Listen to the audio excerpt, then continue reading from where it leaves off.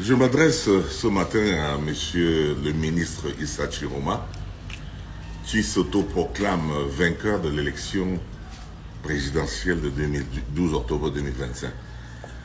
Monsieur le ministre, chers collègues, est-ce que vous pensez sérieusement que vous avez les résultats de 32 000 bureaux de vote en moins de 24 heures de l'élection?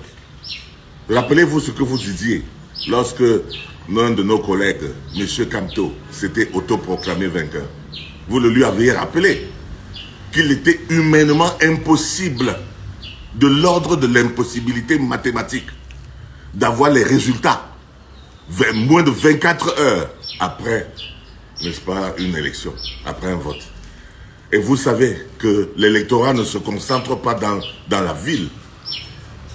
La zone rurale est plus grande, plus vaste et contient un électorat pratiquement à plus de 65%, si j'ose dire. Vous ne pouvez pas compiler, n'est-ce pas? Vous ne pouvez pas compiler les résultats de Douala, de Yaoundé, de Garoua, de Maroua, et vous pensez que vous avez gagné. Ce n'est pas possible. Je pense que vous vous discréditez en faisant une telle sortie. J'ai vu votre sortie avec votre photo du nouveau président, une photo de président élu. Vous ne pouvez pas, vous vous inscrivez en marge de la loi. Vous savez que vous ne pouvez pas proclamer les résultats en lieu et place du Conseil constitutionnel. Vous ne pouvez pas le faire en lieu et place du Conseil constitutionnel. Pourquoi vous vous précipitez? Attendez, vous n'êtes pas serein. Mais cela me fait donc dire que vous avez un autre plan. C'est un plan de déstabilisation.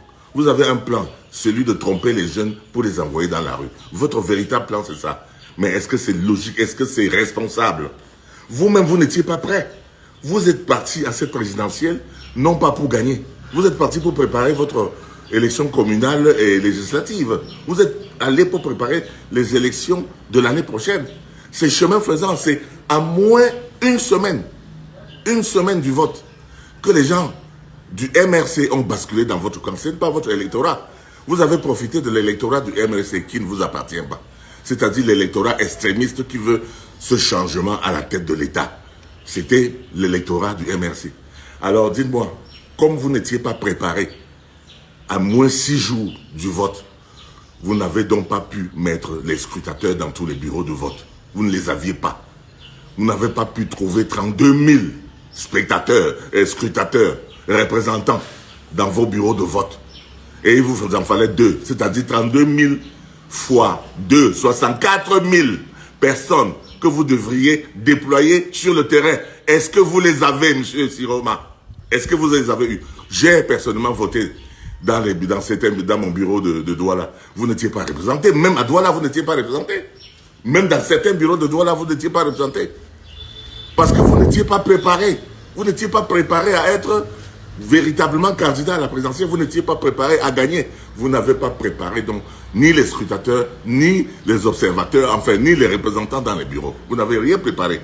Alors, s'il vous plaît, n'essayez pas de mettre le feu dans notre pays.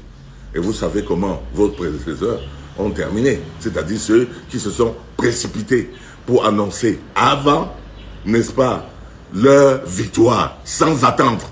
Vous ne pouvez convaincre personne. Vous ne pouvez pas convaincre ni la communauté internationale, ni les Camerounais qui ne sont pas bêtes, qui savent que vous n'avez pas gagné. Enfin, je ne peux pas dire que vous n'avez pas gagné, qui savent que vous n'avez pas encore la possibilité d'avoir les résultats aujourd'hui. C'est de l'ordre de l'impossibilité mathématique, M. Issa Chiroma. Je vous prie de redevenir responsable, le responsable que vous avez été, avec lequel nous avons travaillé pendant 20 ans à construire. On n'a pas travaillé pendant 20 ans à construire un pays pour que vous veniez le détruire en un seul jour. Je vous remercie. Au revoir.